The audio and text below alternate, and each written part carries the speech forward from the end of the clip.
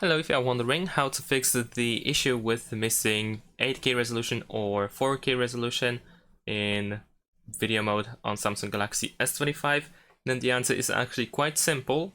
And the reason why you are missing those options might be due to some settings being enabled or some modes being enabled. So for example, right now, of course, I'm in the video mode, but I have the super steady mode activated. And if I deactivate it, I can actually choose 8K or 4K resolution again. So of course, what you need to do is go through all these options that you can enable and disable, all those helpful tools, because in some cases they might be the reason why you cannot record videos in a specific resolution or in a specific amount of frames per second.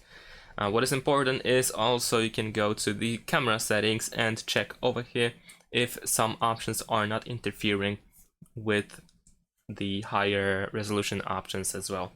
And that is it. Thanks for watching. Leave a like and subscribe to my channel and see you in my next videos. Bye!